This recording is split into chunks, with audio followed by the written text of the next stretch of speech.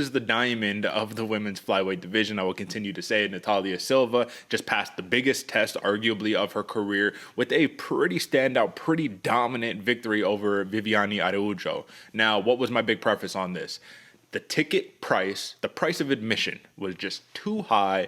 This is a stay away. Do not bet on this. And I can guarantee you that if you were betting on this fight, you were sweating. You were like, yo, hold on. This is way closer. She was a major favorite. This fight should not be this close. And Araujo did what she did what she needed to do to attempt AJ to neutralize the striking of Natalia Silva. But when she got out to space, speed kills. And she killed her with that speed, bro. Natalia Silva, give me a premonition of what is going to be the future of her career. Is this a future champion in the making right here? She dispatched Araujo kind of in a way where you're like, yo, like, this girl's for real. You know what I mean? What do you think?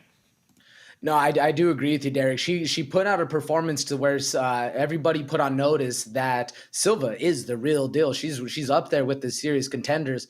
Now, my big thing is, do I see her getting gold? Probably, possibly. It's out there. That's the option.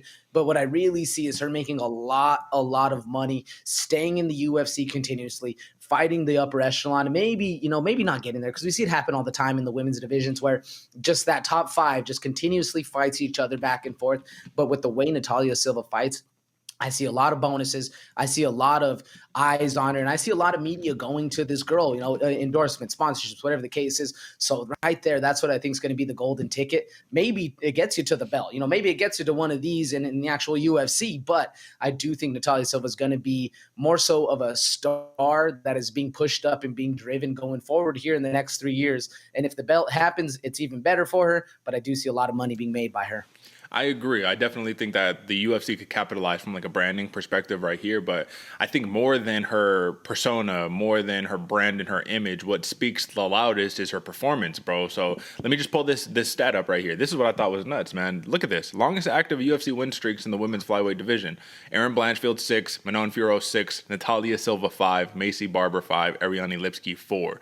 This is a hell of a group to be in. Now, Ariane Lipski is the one where she's having a career resurgence, but like everybody else, you consider as either title ready or right on the cusp. Macy Barber's right on the cusp, but these two, you know that they should be basically fighting for a title next. So to join that company, I think is really interesting, because if you take a look at what she's doing, she's dispatching people, finishing people. She wasn't able to finish Araujo, but who does finish Araujo? So the big question ultimately becomes here, man, if she just beat number 7 that easy, what's the next jump? You probably can't even give her 2, 3, 4, even 5, maybe. I don't even think you can give them any of that. Let me pull up the rankings really quickly so that, and we always do our ranking review, but this is not what we're going to do for that one. I'm just going to pull it up just so we can kind of see like where are we putting her, man. So this is regular flyweight. Let's move to women's flyweight. All right.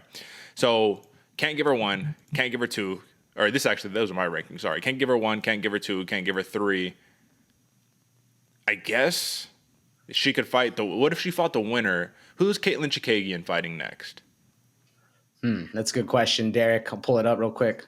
I really think that Natalia Silva is going to put herself in a position where she has no choice but to fight the biggest, baddest fighters of this division, and she's going to go on a fantastic run. But I do think that we're also going to see some of these moments where there's like potential exposed situations. Look at the first round of the fight. Silva was it just seemed nervous, jittery, had to get all of that out. Once she felt what Araujo had to offer and all that good stuff, she got comfortable in round 2 and really let the offense go. So we're going to see more of that. I don't want them to rush her up the rankings too much, but I do think that it's nice to have these fresh breaths of air, life in this division that has been stagnant for so long. Would you agree?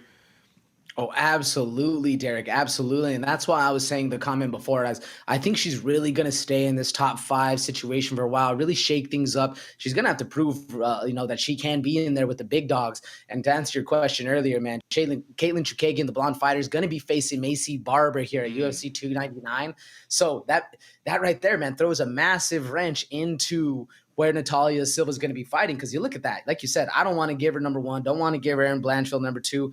Manon Fiorot, maybe. I mean, that's a hell of a fight. Caitlin Chikagian's fighting Macy Barber. You got Jessica Andrade, which is a hell of a fight.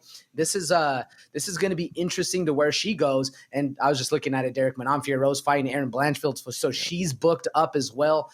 It's going to be a hard road, I think. That's it. And I know Andrade is currently booked as well. I don't remember who she's fighting, but the point is basically everybody in this top 5 is booked. Dana's already said that they're going to do the trilogy with Alexa. So Natalia Silva is in kind of a good spot because she could just play the waiting game, but kind of a bad spot because we know what happens for those who play the waiting game. So we'll see what happens next, but this was a big win. She did cash in on the minus 135 decision prop. And folks, if you were gutsy enough to go for those, and you hit, but just know that we chase value here, and there's very little value to be had, especially when you have the potential upset in Araujo right there. So a big win for Natalia Silva. Excited about the prospects of her career.